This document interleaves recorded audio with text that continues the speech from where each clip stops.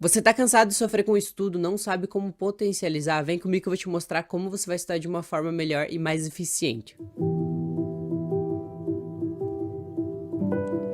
Olá, guerreiras e guerreiras, bem-vindos ao meu canal, onde aqui a gente aprende a estudar de verdade e não só decorar. Eu sou Igor Psico, sou estudante de Neurociência e Aprendizado e ajudo você, que é universitário, concurseiro, que tem o objetivo de aprender mais e menos tempo, que é melhorar sua forma de estudar e, consequentemente, aumentar seu desempenho.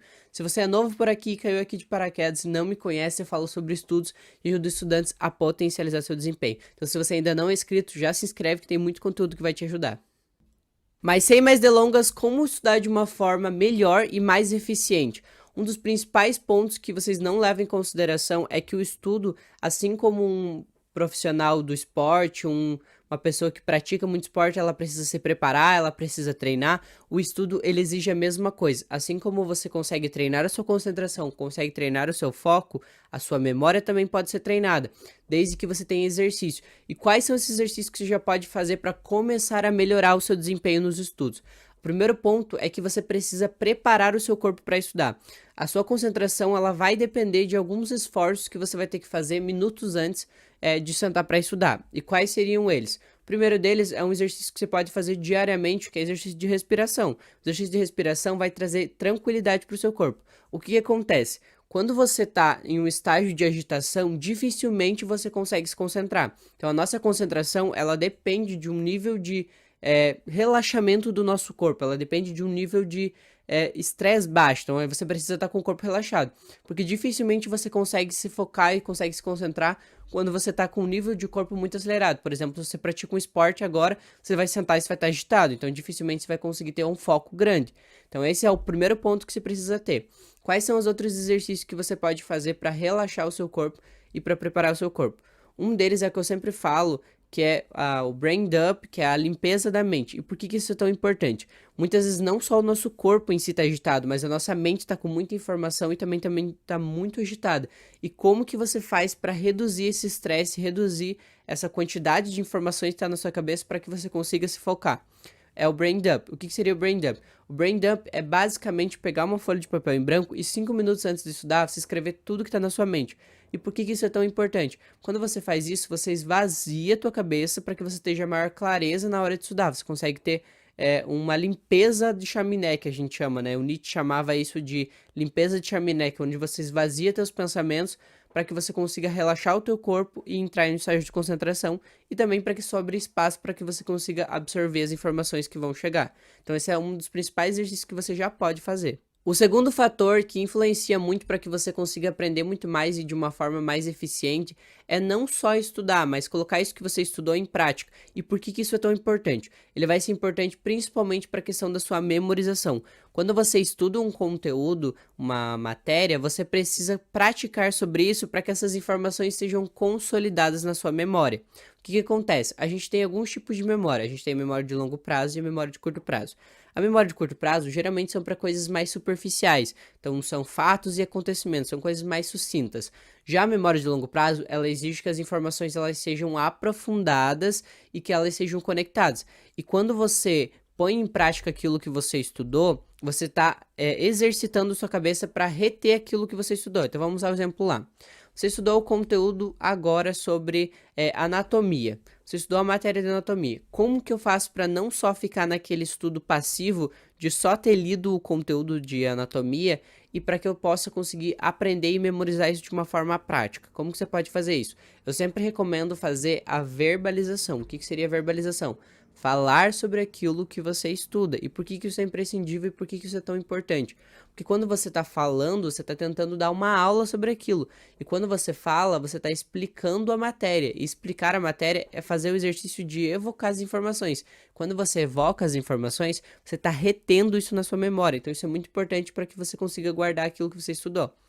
Ah, Igor, quais são as outras estratégias que eu posso fazer de forma prática? Você pode estudar um conteúdo lá, por exemplo, estudou, como a gente está usando aqui de exemplo, a anatomia.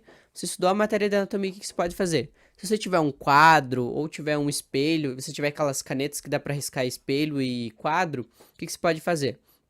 Tentar fazer uma explicação daquele conteúdo. Não sei se já viram aqueles memes que tem dos caras associando as informações e colocando isso é um exercício que você pode fazer prático. Então, o que você pode fazer? Pegar um quadro lá, aqueles quadro branco de professor mesmo, ou aqueles quadros que eles vendem pequenininho, e o que você faz? Você começa a escrever explicando a aula, como se você exatamente estivesse dando uma aula. E por que isso é tão importante? Como eu disse, você evoca as informações, e ninguém consegue falar sobre aquilo que não estudou. Então, aí você já vai tirar uma prova real se você aprendeu ou não conteúdo. Quando você explicar a matéria, você vai ver o que você aprendeu e o que você não aprendeu. Porque quando chegar em determinados pontos, você vai perceber que algumas coisas você não consegue explicar, porque aquelas informações, elas já não estão consolidadas na sua mente, então você precisa reestudar esse ponto. E o terceiro fator que influencia para você aprender mais e melhor é sempre fazer o esforço cognitivo. Quanto mais você fazer o teu cérebro pensar e exercer um esforço, mais você vai conseguir aprender e memorizar as coisas.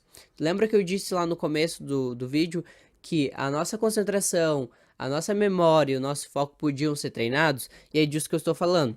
Você precisa exercitar a sua mente. Então vamos ao exemplo lá. Eu preciso fazer um cálculo. Ao invés de fazer na calculadora, eu faço na mente. Eu tento fazer, eu me esforço. Igor, eu não sei. Eu preciso me esforçar.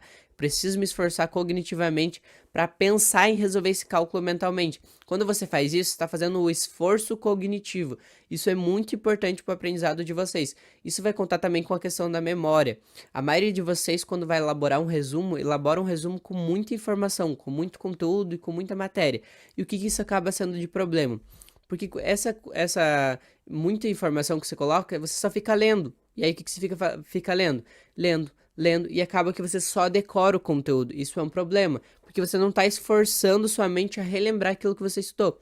E por isso que eu falo sempre que quando você vai elaborar um resumo, eu sempre falo para colocar somente as palavras importantes, as palavras-chave, para que você tenha que olhar para o resumo, olhar a palavra-chave e você tenha que fazer o esforço cognitivo para relembrar aquilo que você estudou, para revisitar aquelas informações. É dessa forma que você faz um esforço para que a tua cabeça comece a trabalhar, comece a mexer para que você consiga ter, consequentemente, uma memória e um foco e um aprendizado muito maior. Você acha que as pessoas que são boas em cálculos, elas nasceram assim? A maioria delas não, a maioria delas adquiriram com a prática. Então, o esforço mental cognitivo vai fazendo com que você treine cada vez mais e você vai ficando bom nisso. Isso é esforço cognitivo e é fundamental para você que quer aumentar o seu desempenho, que quer aprender de uma forma melhor. E se você chegou até aqui, significa que você quer aprender história de verdade, que não só quer ficar decorando. Eu sugiro você se inscrever se você ainda não é inscrito. Eu solto vídeo segunda, quarta e sexta, sempre com conteúdos novos para te ajudar e aumentar seu desempenho. Eu também te convido a me seguir no meu Instagram, se você ainda não me segue, @IgorPsico, tá aparecendo aqui para vocês. Lá eu sempre respondo caixinha de perguntas e também já está aberta a lista de espera para minha mentoria do meu curso, que é o MIP, onde eu ensino as pessoas a estudarem da forma correta, onde eu ensino as pessoas a aprenderem de uma forma eficiente, aprender a memorizar, aprender a consolidar, aprender a fazer um resumo e aprender a assistir uma aula. Então lá tem tudo que você precisa saber se você quer aprender a estudar da forma correta. E eu espero do fundo do meu coração que esse vídeo tenha te ajudado e eu encontro vocês no próximo vídeo. Tchau!